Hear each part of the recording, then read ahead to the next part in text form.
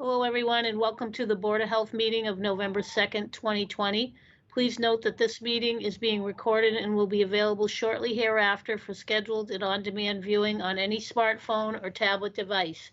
If anyone else is recording the meeting, please notify the chairman. Pursuant to Governor Baker's March 12, 2020 order suspending certain provisions of the open meeting law, General Law, Chapter 30A, Section 18, and the Governor's March 15, 2020 order imposing strict limitations on the number of people that may gather in one place, this meeting of the Chatham Board of Health is being conducted via remote participation. No in-person attendance of members of the public will be permitted, but every effort will be made to ensure that the public can adequately access the proceedings as provided for in the order. A reminder that persons who would like to listen to this meeting while in progress may do so by calling the number previously posted and on the screen. The call-in number is 1-508-945-4410. The conference ID number is 719-3965#. Now I'll turn the meeting over to our chairman, John Beckley. Thank you. Thank you, Judy, and welcome everyone to our call tonight. We have two items on the agenda, really one just involving an action, and that is a variance from real estate inspection regulation for Shauna Reeves, or Rives, at 1455 Old Queen Anne Road. And we have attorney William Riley representing the applicant. Mr. Riley, are you on the call? Excuse me, John, you need to take a roll call, please. Oh, geez. Thank you. Thank you. We'll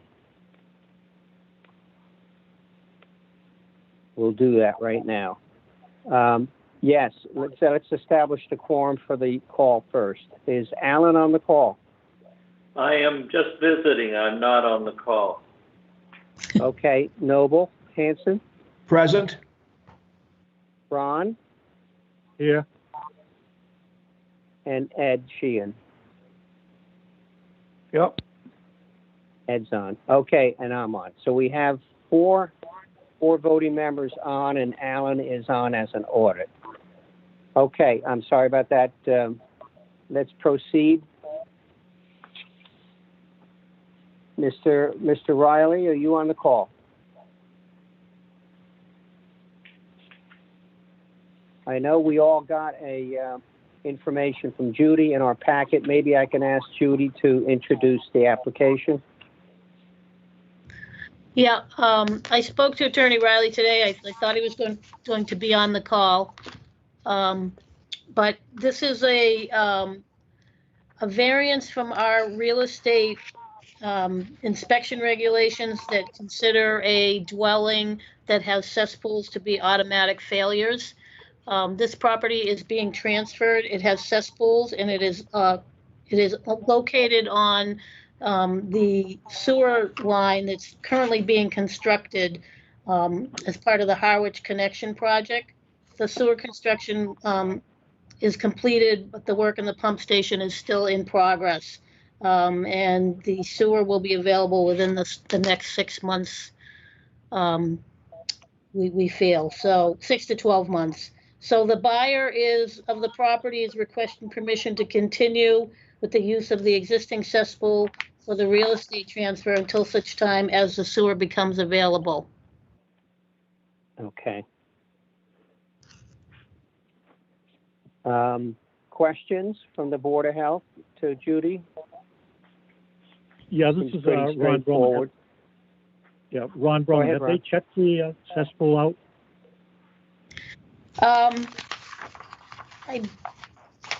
Yes, in your packet, there's just a letter from Borthwick saying that he opened the cesspools and that they're working properly. Oh, okay, I'm sorry.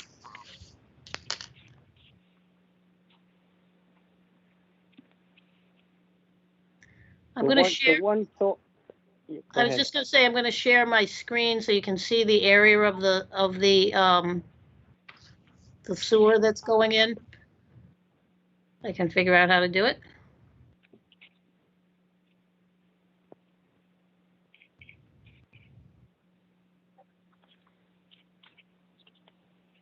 Judy, this house is not occupied right now, is it?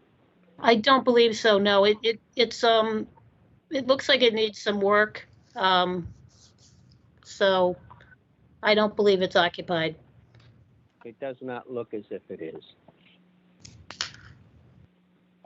Judy, this is Noble. Is there a protocol for cesspool inspection? Is that something that's actually done? They can be, Title V allows for a cesspool to pass an inspection, but in Chatham, our local regs are more restrictive and we don't allow that. But they can, yeah, they basically just open them and see if they're full or not, how much capacity is left in the life of the cesspool. But yes, they can be inspected. So if the cesspool failed, it would basically be that it overflows. Is that correct?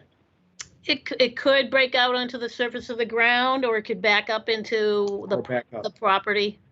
Usually it breaks out onto the surface of the ground.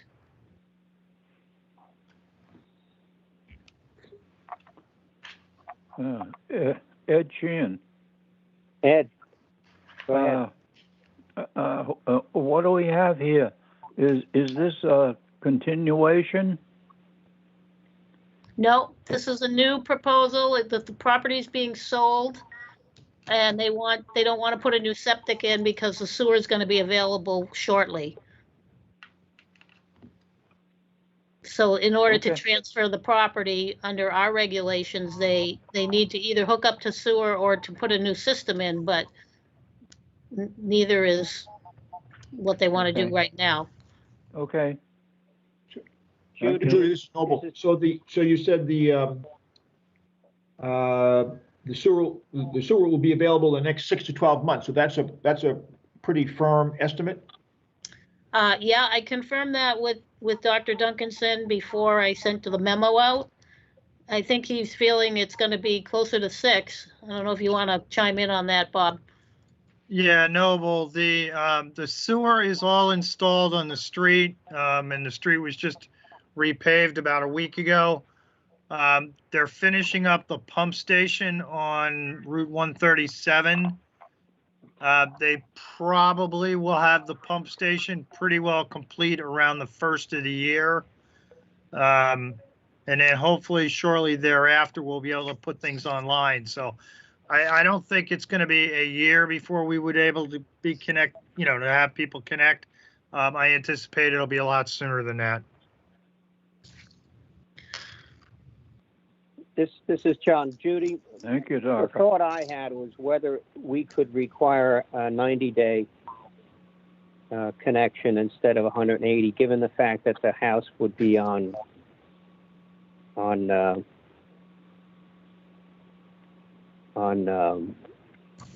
cesspools, for the cesspool. It's just a thought I had, because if the buyer knows that the connection is going to be forthcoming, there's no reason she couldn't start it sooner and get in 90 days, I would think.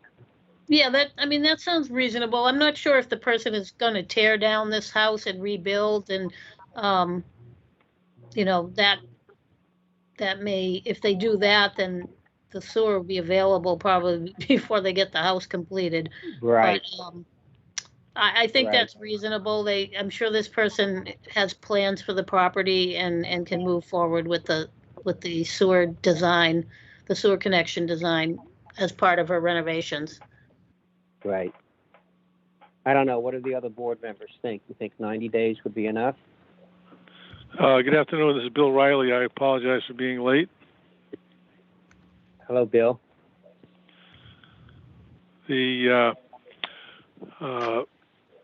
I don't think 90 days would be enough, because unless when you talk with Bob Duncanson a little later on, he explains when they're going to do the hookups. Well, it would be, Bill, I think what we're saying is we usually say 180 days from the date that you're ordered to connect. So what we're saying is we would give you from the order of connection 90 days. So that order might not come for 6 months. Oh, I see. Okay, that's what I get for being late. I apologize. All right, that sounds fine. Okay. Well, do we have, I mean, it's just, other than that, it's pretty straightforward. Can we get a motion from a board member to approve with the 90-day reference? This is Noble. I move that we approve the variance with a 90-day hookup after being ordered. And Judy could read the conditions. Okay, The Judy? only condition is that should the cesspool fail prior to sewer availability, the system must be upgraded in accordance with Title V. And then also that the property must be connected to sewer within 90 days of being so ordered by the Board of Health. Yeah, those are both Okay. acceptable. Okay. Can I get a second on Dr. Hansen's motion? Second, Ed Sheehan. Okay, we got a second from Ron. Anybody from the public wish to comment before we vote? Okay, when I call your name, please indicate how you vote on the motion. Dr. Hansen? Approve. Ron Broman? Approve. Ed Sheehan? Approve. And I approve. So we have 4-0. The motion passes. Very good. All right. Well, thank you very much. You're good to go. Yep, you're welcome. Very great. Thank you. Bye now. Yeah. Bye-bye. That's the only actionable item we have on the agenda for tonight. Item number 2 is our customary update and discussion regarding COVID-19 with Dr. Duncanson. Bob? Yeah, good afternoon. Thank you, Chairman Beckley, members of the board. Yeah, it's been a real interesting afternoon. After things had been relatively quiet with the State Department of Public Health for, a week or so, they made up for it today with the governor's announcement during his press conference today at 1:30. So let me just kind of walk through a couple of things, and then I'll get into some of the changes that are taking effect later this week.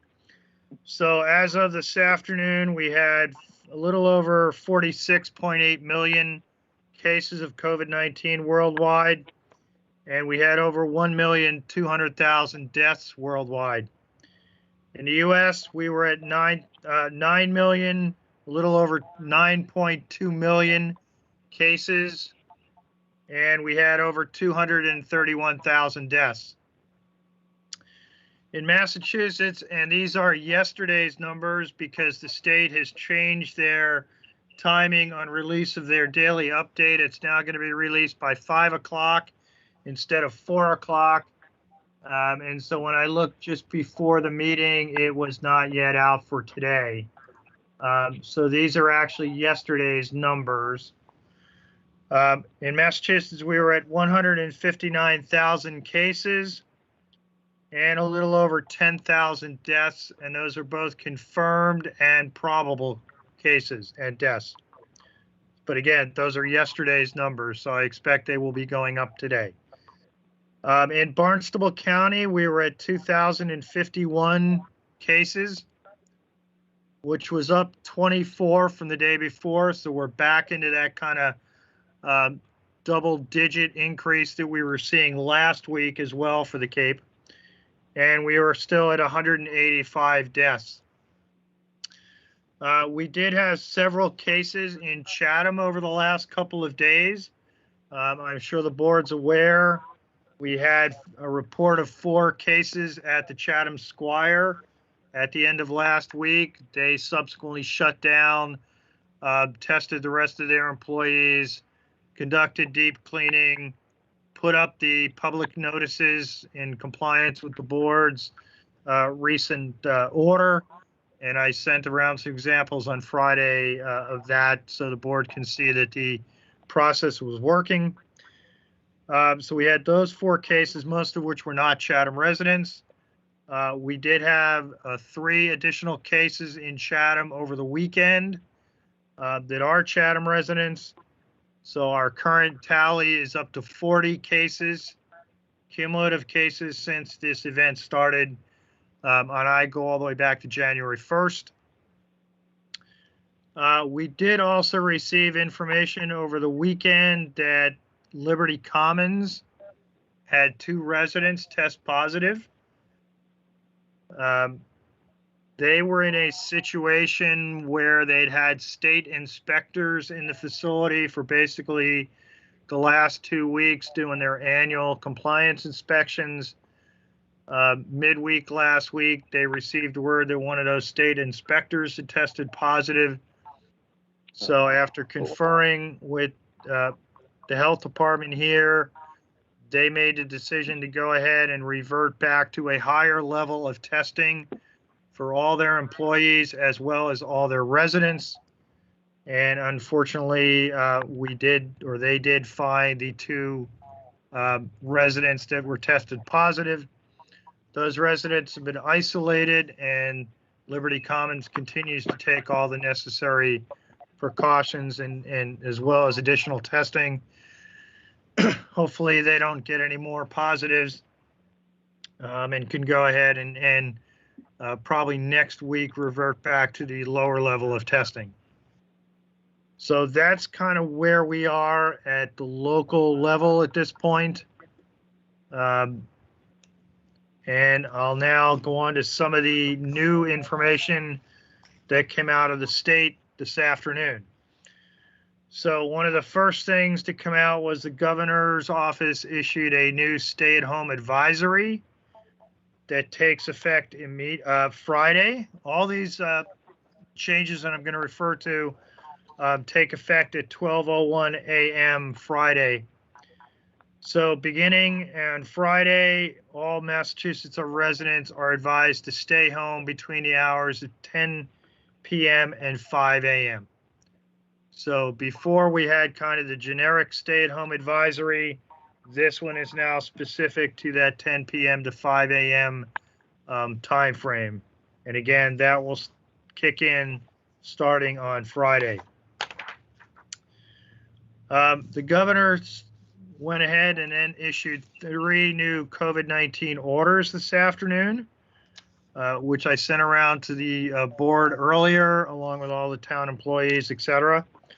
So the first of these was COVID order number 53, and that mandates that a number of organizations or businesses, as listed in the order, now have to close between 9:30 p.m. and 5 a.m. And that includes probably the biggest group that is going to affect Chatham is restaurants. So restaurants have to close to in-person dining by 9:30 p.m. beginning on Friday. That does not mean that they can seat someone at 9:25. That means they have to be done serving, and all the patrons have to leave the restaurant by 9:30. They can remain open for food and non-alcoholic beverage takeout and delivery during the closure period, but they have to close to in-person dining. And then there's about 15 or 16 different classes of businesses. Probably the other ones that impact Chatham directly are youth and adult amateur sports activities and fitness centers and health clubs. There's a lot of others like driving and flight schools and casinos and movie theaters and all, which currently aren't open in Chatham anyway. But really the critical component from that was the impact on the restaurants. Retail stores may remain open, but they can't sell alcoholic beverages or cannabis. So if you have a retail store that sells beer or wine, they have to cease selling that at 9:30. They can remain open during the overnight hours. There are 24-hour gas stations and such. They can remain open, but they can't sell alcohol after 9:30. The next order that the governor issued was a revision to the gatherings order. And this again also takes effect at 12:01 a.m. on Friday. and it requires social distancing for any gathering. That's a little bit of a change from previous, and I'll speak to that in a little bit greater detail when I get to the revised revised face covering order. But the changes in the gatherings order that are germane, private residences. So where you're not having what we call an event venue. In other words, if you're renting your house out for a wedding, that's considered an event. But if you're just having a backyard barbecue or friends over for dinner, the maximum number of people you can have indoors has been reduced to 10. So in a private residence, the maximum number of people indoors has been reduced to 10. The maximum number of people outdoors is 25. So if you're having an outdoor barbecue, the maximum number of people you can have at that outdoor barbecue is 25.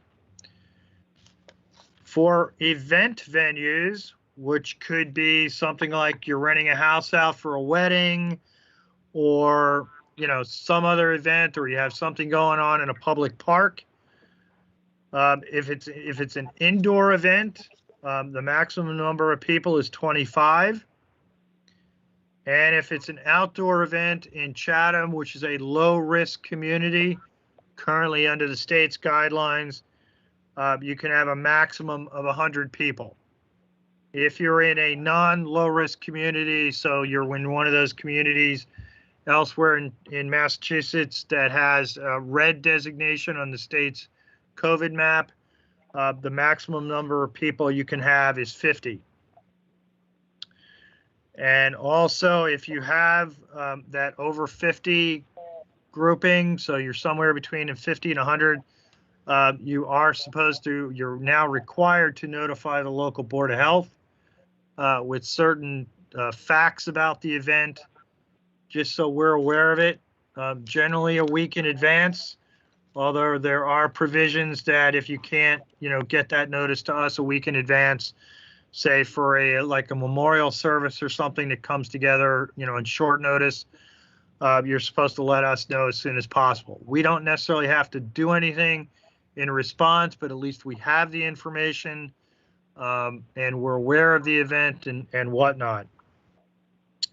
And then kind of the third critical component to this criteria, the gatherings, is that anybody who's attending the gathering has to disperse by 9:30. So if you're having a party at your house or you're having a party at a private venue, it has to be over with and people start to leave by 9:30 so that they can get home by the time the stay-at-home order starts to kick in at 10 p.m. And then just the final revised order that came out today was the revised order on face coverings.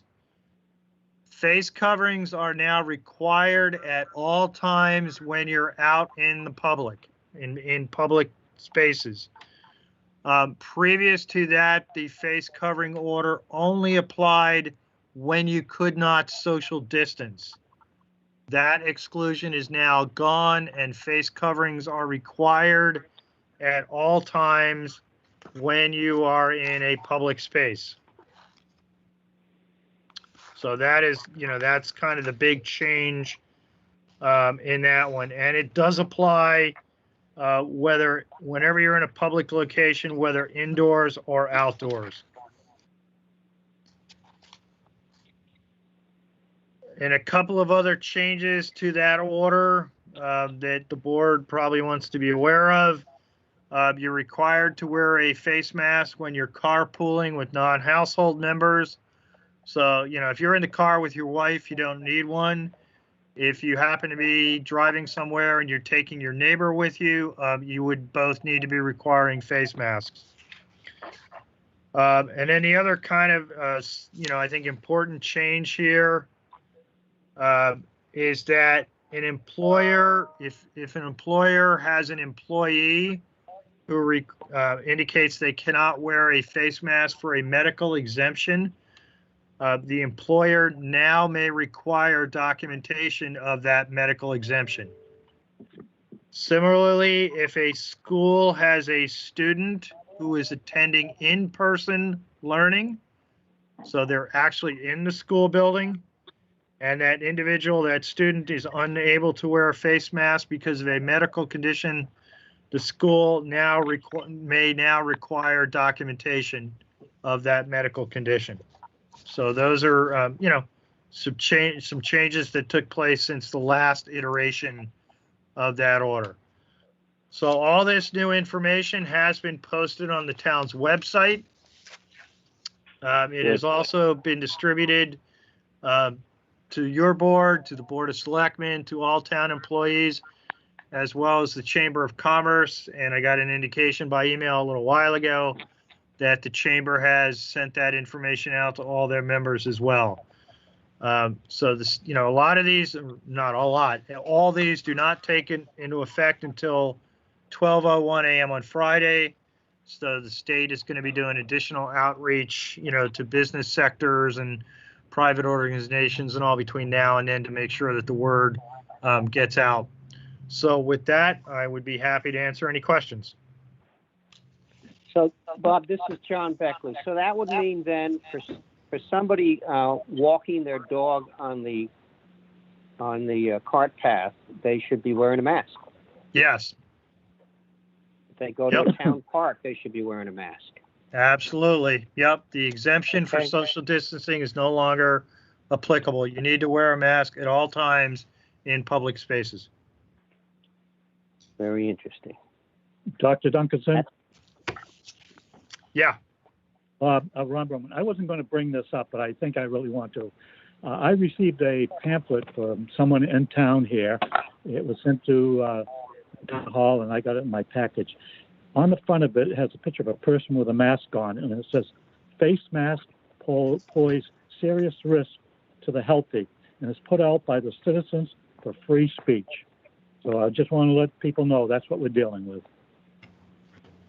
Yes, and as I mentioned earlier, Ron, I did receive that same mailing. There are people out there that have differing opinions, but I think, when you hear what's coming out of CDC, the State Health Department, and others, face masks are one of the most efficient ways to get COVID-19 under control. I agree 100% with you. And I just wanted people to know that this brochure is out. And I know who's sending them out, but I'm not going to mention the name now. Thank you. Thank you, Ron, for bringing that to our attention. I had not heard about that. Bob, this is Noble. Did the governor give any rationale for the 10 p.m. to 5 a.m. Stay-at-home order? Is that aimed directly at parties? And then are these orders the same for every town in Massachusetts? Yes, the 3 orders as well as the stay-at-home advisory are statewide. Yes. During the governor's press conference, as he's done fairly regularly recently, he did indicate that the biggest problem that the Commonwealth is currently facing is increasing counts related to parties and those kind of events. He reiterated again that, we're not seeing spikes related to restaurants. We're not really seeing spikes related to, K through 12 schools, but a lot of the spikes that we've recently experienced are being traced to parties, at private residences and things like that. So yes, these changes are being targeted directly to try to get those situations under control. Good. Other questions for Dr. Duncanson? This is Noble. I had one question going back to the Squire. Were there 4 cases? Did they all come out at the same time then? They become aware of it at the same time? Yeah, we were notified of 1 case, and then the next day we were notified of the 3 additional cases. Right. And I think the original case may have gotten tested on their own. And then when the rest of the Squire employees went to get tested, that resulted in the 3 additional cases. Judy, I don't know Okay. if you want to expand Yeah, on that. Yep, that's my understanding. But none of the 4 people are actually Chatham residents, as far as I can tell. So we have had a few cases that popped up over the weekend, as Bob said, but they don't seem associated with the Swire. So, there are a few new cases out there. Yeah, I mean, I think as Bob? we've all suspected, as we get to the colder months and people are spending more time indoors, this is unfortunately the situation that we all thought we might be seeing. Very good. This is Bob? Noble. Bob, I think the notice that you sent out, that the Squire put up is a very, very good notice, and I think it's a plus for the restaurant itself in how they're handling the thing. They were very upfront with us. They called right away, and they knew exactly what they needed to do, and they followed it. So yeah, I think it was good on their part, and they seemed to appreciate the regulation and what it meant for the order. This is John. Plus, they have, with that posting, the opportunity to educate the dining public about what they're doing to address it and reassure everyone. Yep. Yeah, absolutely. Yep. Bob, can you hear me? It's Alan. Yeah, go ahead, Alan. I get the impression that the DPH has not explained why their reviewers are not tested, why they should be exceptions. Yeah, that's a safe statement to say. I do know that Broadreach is reaching out to them to try to get some better clarity and to kind of push them in the right direction. Yeah, it was somewhat of a difficult situation last week. Sounds like it. All right. Well, thank you, Bob, for that update. I have one update as the board chair that I did, not as a board member, but as a person. I did send a letter to the editor this week, to the Chronicle, urging that we all renew our commitments to wearing masks. And this was stimulated by a photograph in last week's Chronicle that showed 14 people in Little Beach standing together, smiling, having pizza and pumpkin carving with no masks being worn. So basically, I used that observation as a reminder. So you'll see I expect it'll be in Thursday's Chronicle. And I wanted to thank Noble for helping me put that together, and Bob and Judy as well. Any other questions or comments on COVID?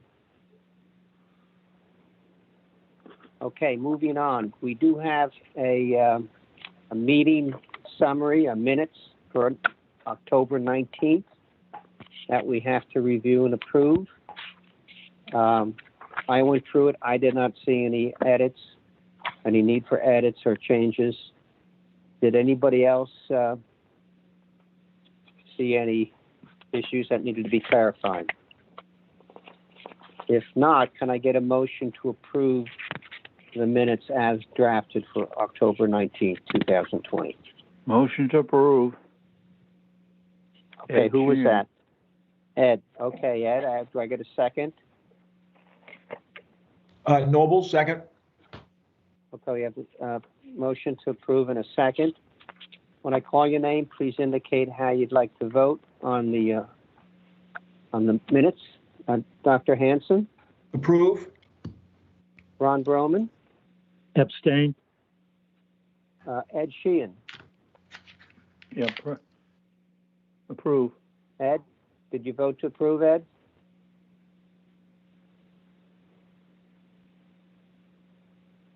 Ed Sheehan, did you vote to approve the minutes? I did. Approve. And I vote to approve. Dr. Ward, were you at the meeting? Did you want to vote on this one?